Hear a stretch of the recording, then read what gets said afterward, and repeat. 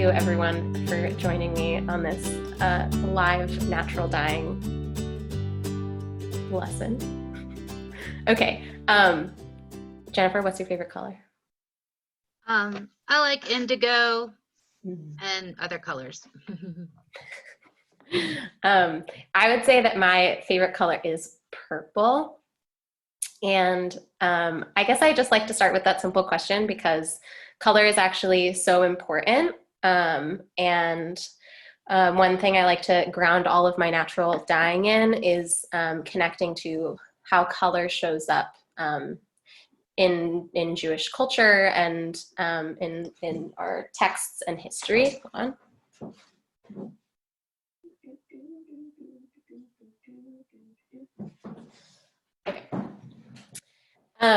So we actually, in all peoples throughout time, like they're in different cultures all across the world, there are like a couple of things that sort of like bind different cultures, and like some of these are like a cultural food, and cultural foods shift and change over time, and the same thing is true of colors, and those colors come out and are represented in oftentimes in our spiritual religious clothing, and also in how and what we build, whether that's like physical building and permanent buildings. Those colors show up and are really important. There are a few colors that are really important to Judaism. I would arguably the most important color in Judaism is called techelet. It is a shade of blue. Oh, I got some weird feedback for a second. It's a shade of blue made from some kind of shell of an animal or of a sea creature that we don't really know what it is anymore. And there are several arguments about like what actual shade of blue it is. Some people say it's like the shade of twilight, and some people say it's the shade of blue of the sky. Either way, there's been some agreement that it's kind of like a dark shade of blue, and it shows up oftentimes in our prayer shawls, our talitot, and is mentioned a lot throughout the Torah. So there's like a clear statement from our text that not only are there holy colors, but that like this shade of blue is holy. And like what that means, we could discuss perhaps later. Psachia says a sea snail or a small squid, but like we don't really know, you know? So yeah, I'm curious, if you know of any other Jewish colors that are significant that you want to share about, or any colors from other groups that you're a part of that you know are important.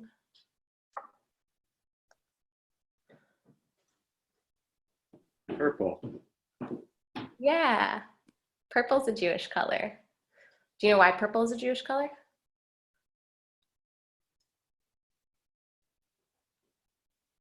I forgot. Yeah. Safia, do you know why Jewish is purple color? I mean, purple is a Jewish color. This is why I hate being live and recorded. Jewish is definitely a purple color. That's the best line. It's pretty deep.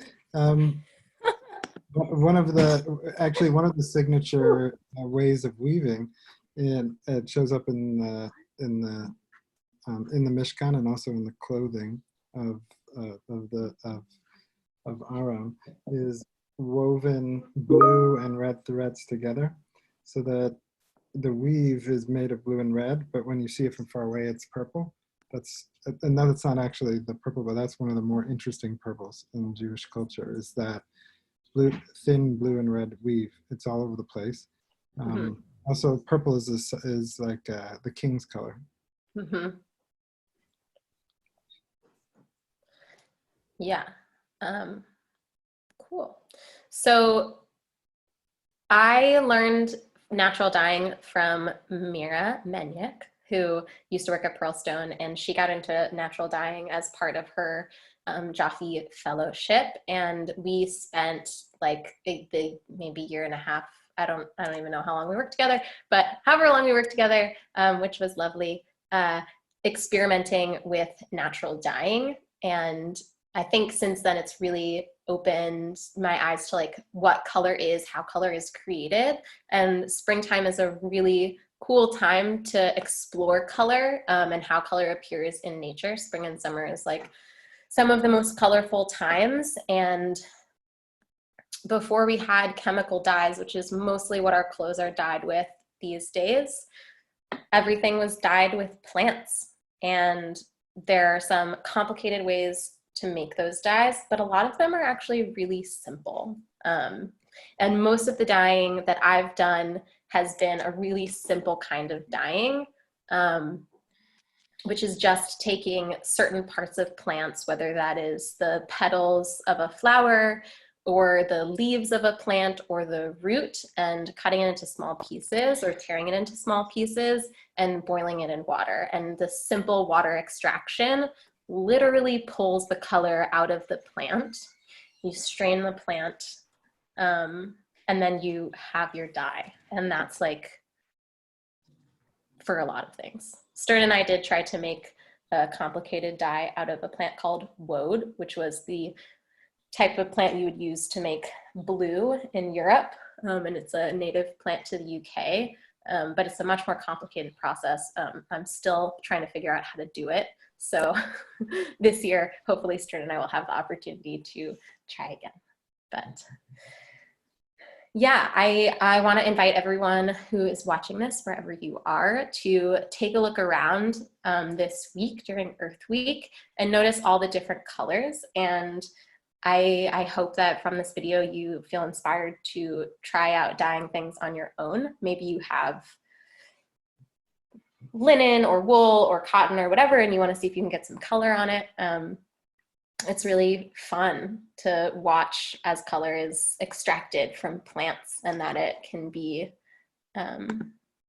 used to create these like very rich colors that when they appear on our clothing and we're connected to them, also tell the story of where we are, and tell the story of whatever season we're in from whatever plants we're using to dye with. Okay, so that's my introduction.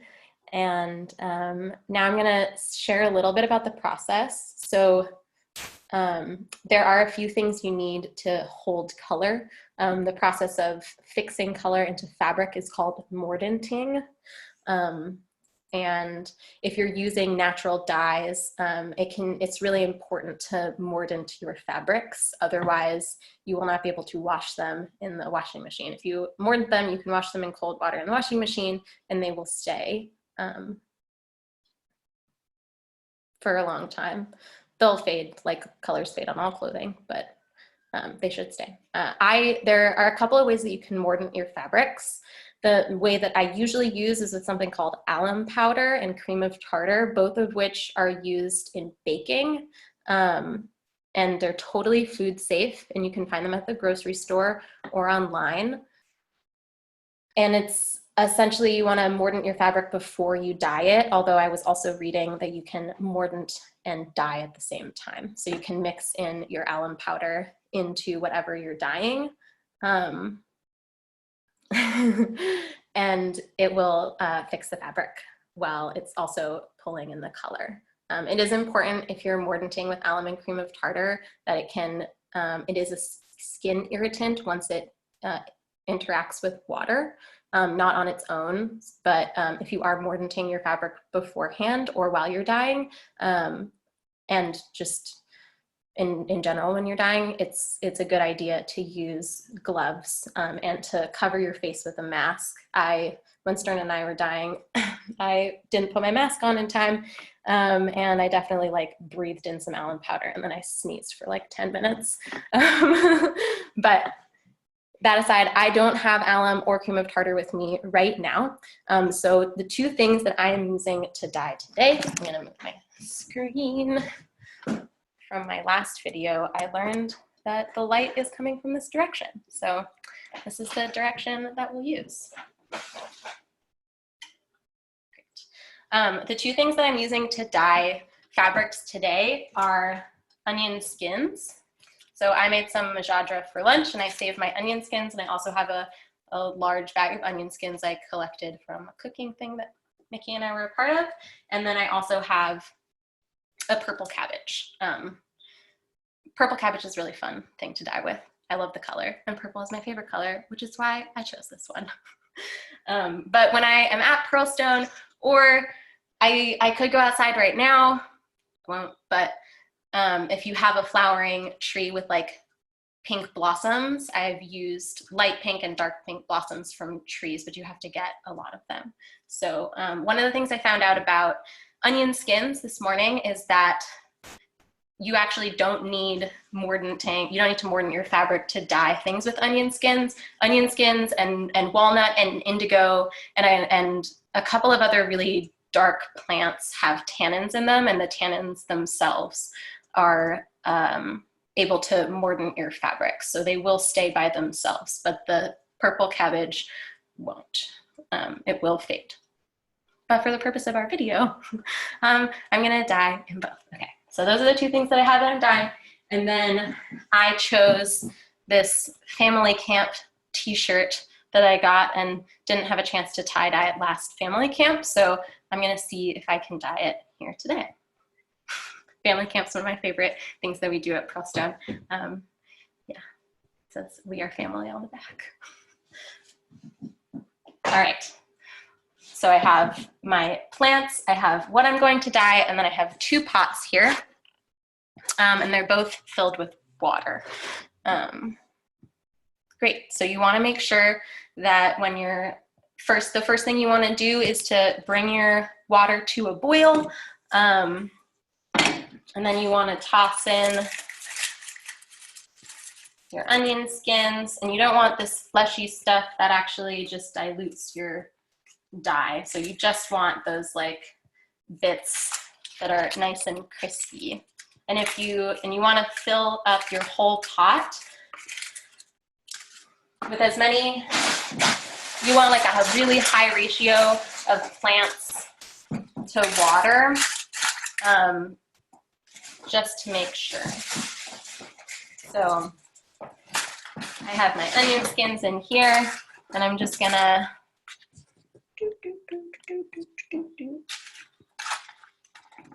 put them in.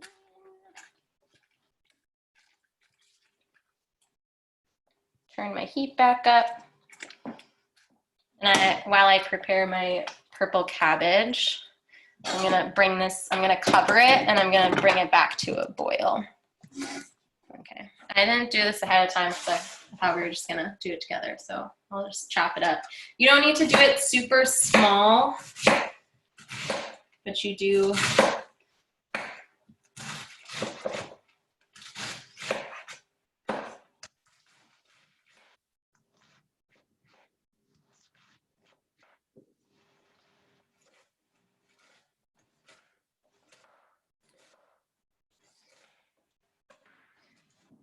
All right. So I just sliced my cabbage, and I'm gonna pop it into the boiling water.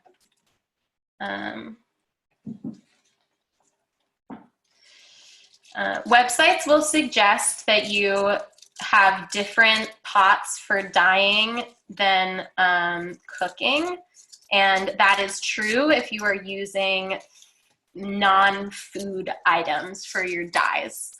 So if you're using things like black walnut or some of the root dyes, it's definitely important to make sure that you have separate pots. These are both things that do cook and can cook in regular pots, so that's what I'm doing. But if you're going to do this in the future, I suggest you have a special pot just for dyes, and it should be a stainless steel pot.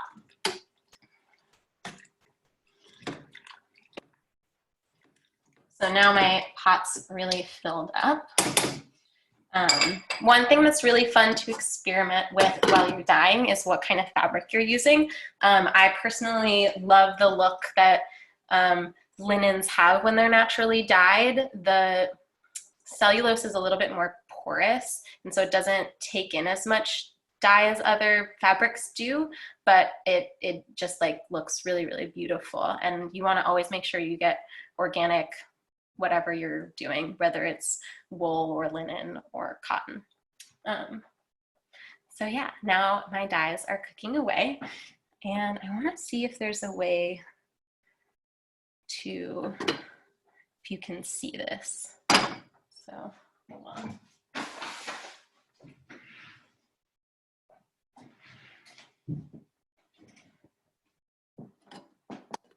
So in order to extract, you want to make sure that it's coming to a low rolling boil.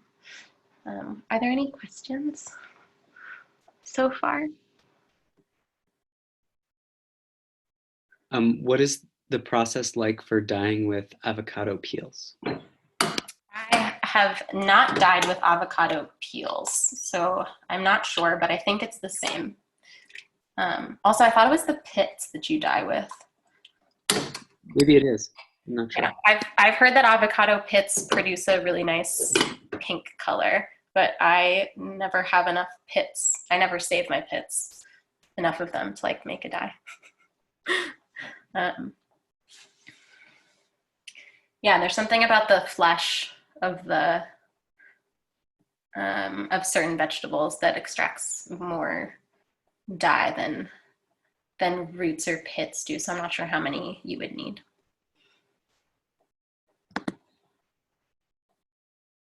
Any other questions or comments?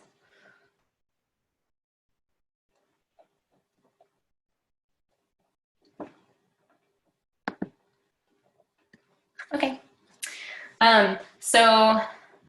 I figured it out. Here we go.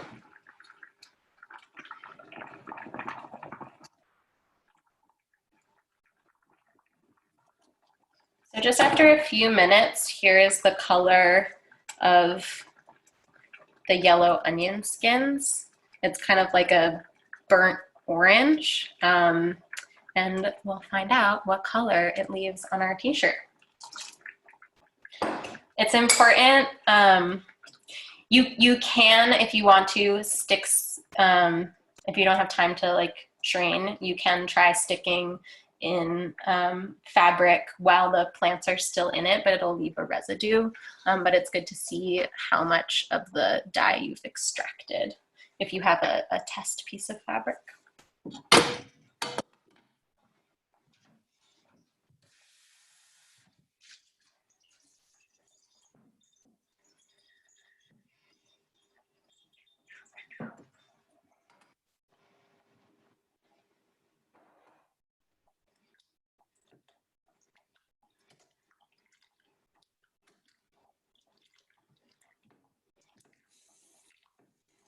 This is where the edited part happens, you know, in the cooking show, when they're like, and then you let it simmer for 45 minutes. It doesn't have to simmer for 45 minutes. They're like, now it's simmering for 40. Oh, look, now it's done. It's not quite done yet. But I just want to see where we're at. So here's what the water looks like for the purple cabbage. I don't know if you can see that it looks purple, but it's already like quite purple.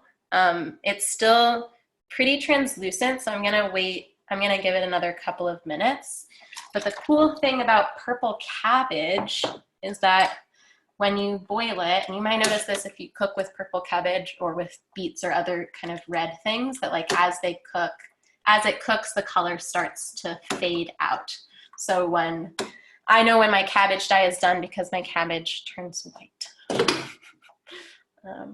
Or like close to white. I have a question. Yeah. Have you ever tried dyeing something that's not white? Or like a neutral color? Like something that already has color on it? Yeah. Chemical color or natural color? We'll say chemical color. Usually, if you have something that's dyed with chemical colors, it's not gonna extract more color from the dye. The natural dyes aren't strong enough to overpower the chemical color unless you're using something like black walnut or indigo. because those are both such deep, dark, strong colors that they can dye stuff. So you could do one of those, like if you had like a light colored t-shirt, you could like tie dye it essentially with a black walnut dye for like a cool effect over the color, or indigo, I think. Yeah, but the more delicate colors aren't strong enough to bind to the fabric. Natural dyeing is actually a really highly scientific thing.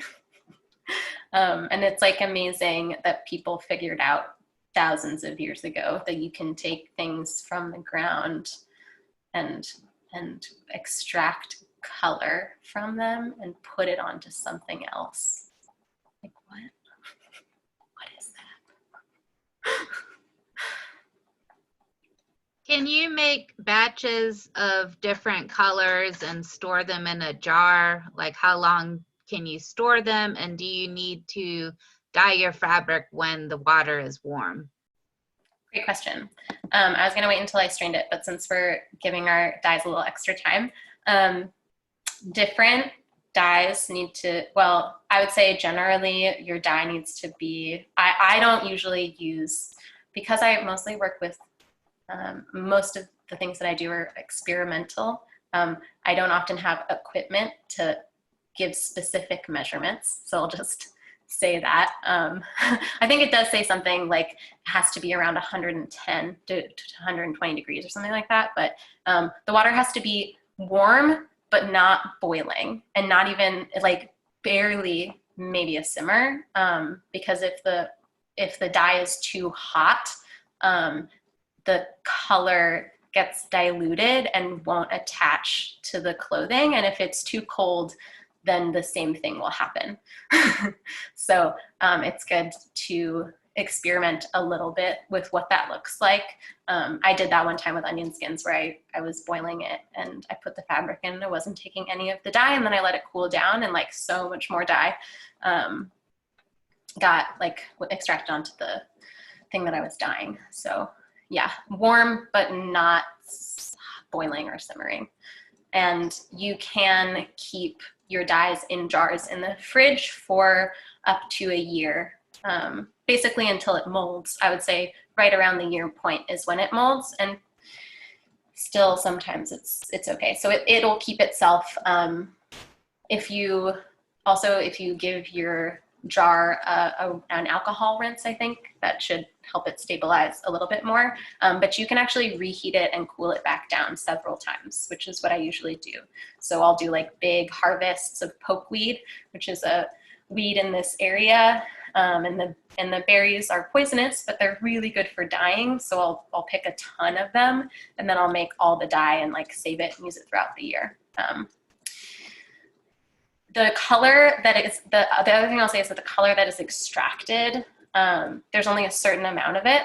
So if you have a really strong color, there will be like a lot of the color molecules in the dye, but something that's more delicate, like cabbage or like flower petals, once you can see as you dye the things in the dye pots that the color is taken out of the water. So you might actually get many different colors with one dye batch. So purple cabbage usually comes out purple the first time I dye something, and then every time after that, it dyes blue instead of purple. Does that answer your question? Great. Okay, so I think that the onion skins are done. So I'm going to strain them. I have my pasta strainer in a bowl.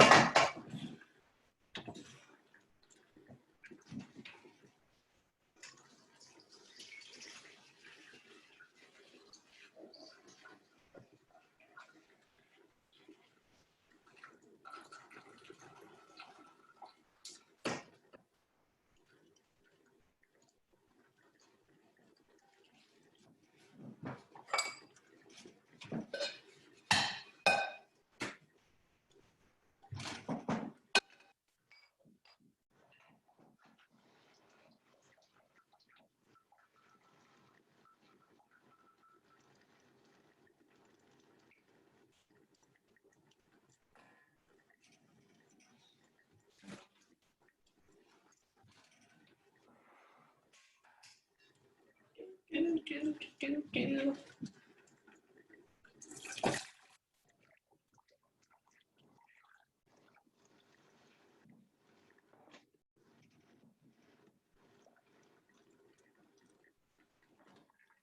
gonna check on my cabbage. I'm gonna see if you can see this in the video.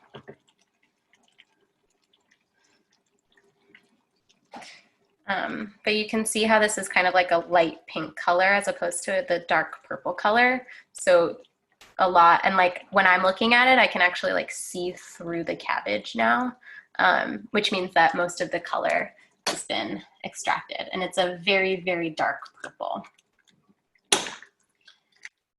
Okay.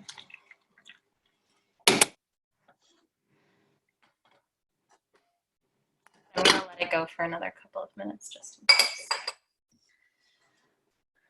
Okay, so I have my t-shirt and I'm gonna see what happens. I'm gonna do, I thought about doing a tie-dyeing thing. Maybe I'll put a couple of rubber bands on my t-shirt sleeve and see what happens.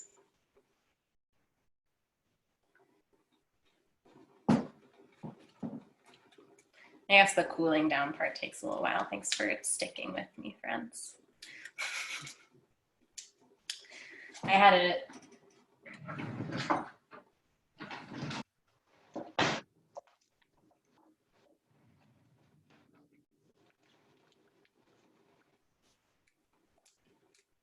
think as I make more of these videos, it gets a little bit easier, but it just makes me wonder like how the people who run those like cooking shows do it, you know?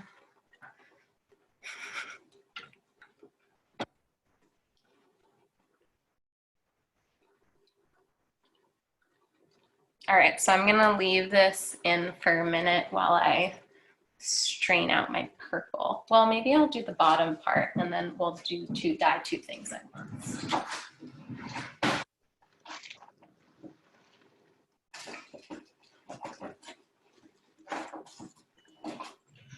You have a comment on Facebook from Joy. She says, nice to see you again dyeing.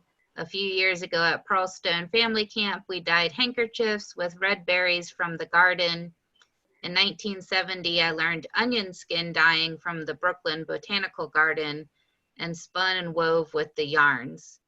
Oh, amazing. Yeah, I follow a lot of knitters who hand dye. I think that's like one of my ultimate goals in life is to one day collect enough bunny fur to spin it. I have an Angora rabbit for those of you who don't know me.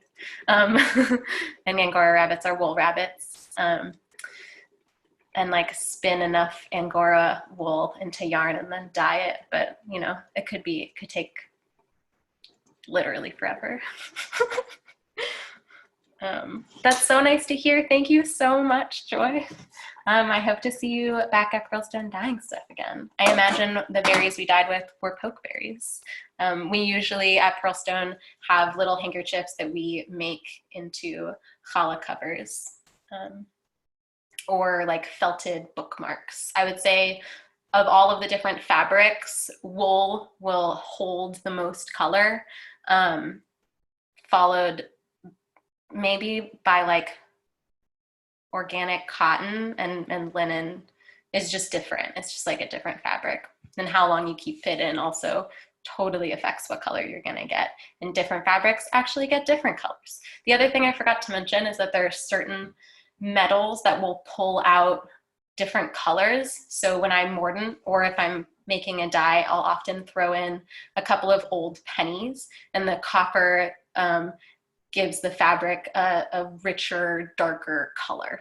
So that'll sometimes help if you're dyeing with a plant-based fabric instead of an animal-based fabric.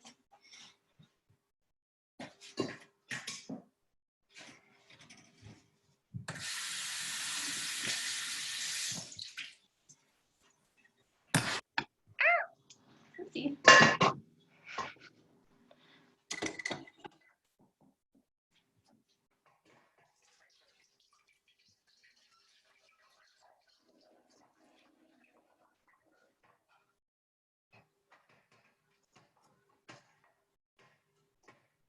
All right, so I'm straining out my purple cabbage and it smells like soup.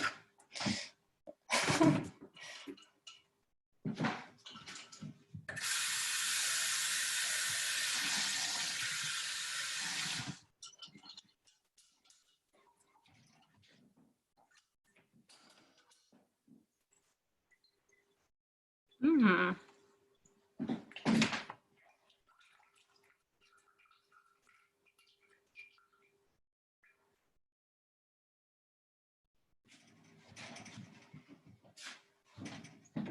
And it's this really, really beautiful, like dark, dark purple color that doesn't really come through. But it's amazing that cabbage makes this color, but it also, this is a jar of purple cabbage sauerkraut that I started about 4 days ago. And it's like now this super bright pink color after the fermentation process. So that sort of makes me wonder how color interacts with fermentation. I don't know the answer to that, but it's really cool that colors can grow and change depending on what processes they're going through. I also added a little bit of green cabbage, so it could be that the color was soaked up by the green cabbage. Either way.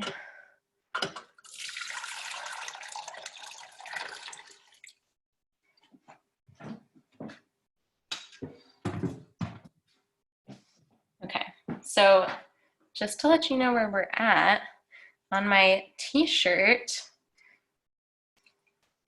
this is what it looks like so far. It's a little bit darker in real life than you can see on the internet. So it looks pretty light, but it's actually what I have here is like a dark orange color at the bottom. And at the top, it's like more of a pink color. Most of the time, onion skins make like a mustard yellow, but I've never dyed them with like a regular t-shirt before. So this is also an experiment for me. I'm just gonna pop it back in and see if it gets more color while I try out the other side. So because this is, I didn't mordant this fabric, if I put this through the wash, likely the color will all come out, especially if you wash on hot water. If you naturally dye anything, no matter whether you mordant it or not, you always want to wash it in cold water, and if you can hand wash it, that's better. And like natural detergents, no harsh chemicals, because they'll just pull out the dyes. So yeah, any more questions? Any more Facebook comments? I think after this, I'll link a couple of the websites that I've used and some of my, like, write up I have a tips and tricks for some simple dyes.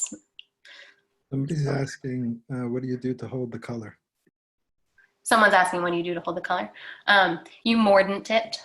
Mordanting is the process of using chemicals extracted from plants to fix colors, usually alum powder or cream of tartar, which are both used also in baking. So they're totally safe. Earlier in the video, I explained it. So if you go back later, you can also do that. But essentially, you put your fabric in a mordanting bath, which is you mix the mordant up.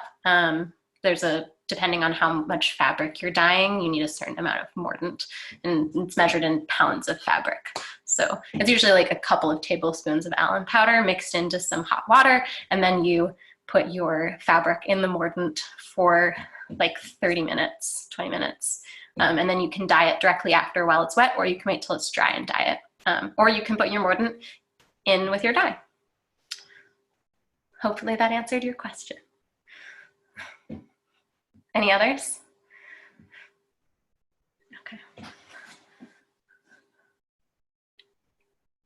So my dyes are still pretty hot, so I want to give them another couple of minutes. I guess this, oh, Emily, yay.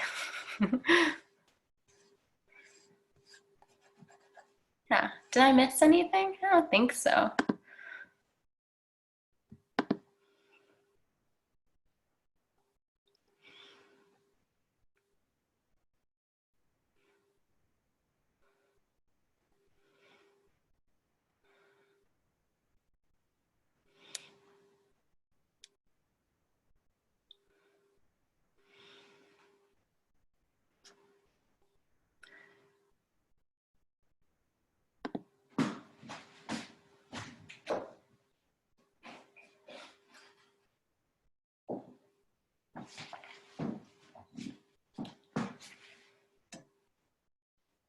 Oh, cool.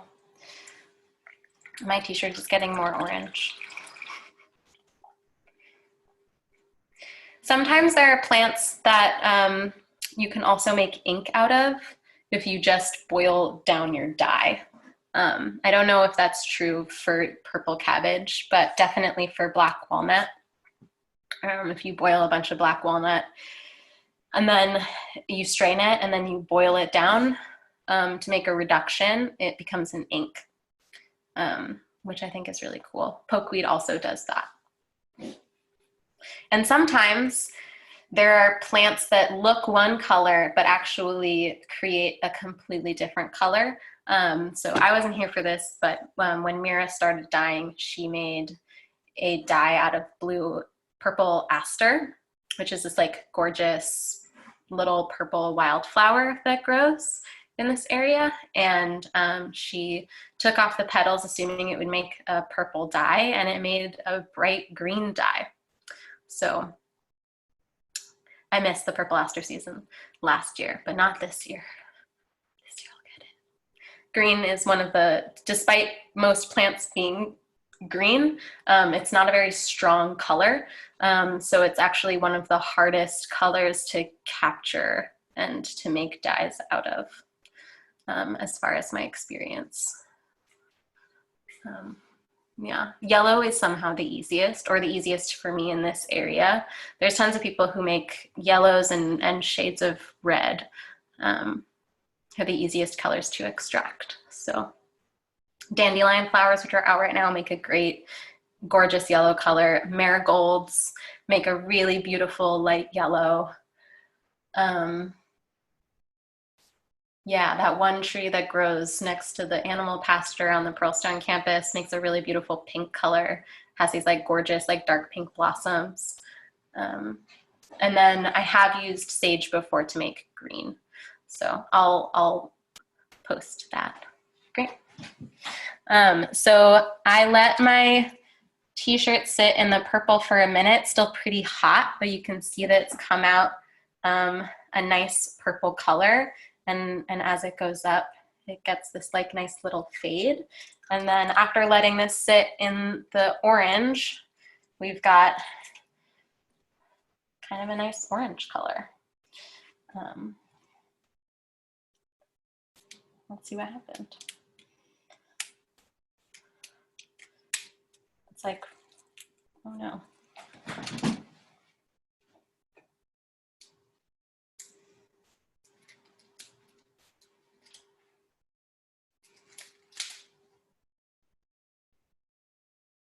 Oh, I didn't tie it that well, so I don't know if you'll be able to see it on the screen, but here are my test colors on my shirt. We got purple, and we've got orange, and I did a little tie-dye thing here. So yeah, that's what I got for you today. Oh, thank you, Jennifer. If you have any questions in the future about dyeing, and you want to know, you can definitely reach out to Pearlstone, and I'll post a link in the event or somehow on the Pearlstone page about natural dyeing. But I hope that you find a way to use this craft and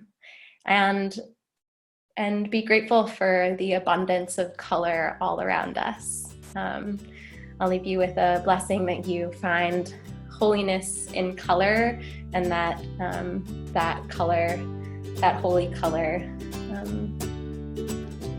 brightens your day. Thanks so much, everyone.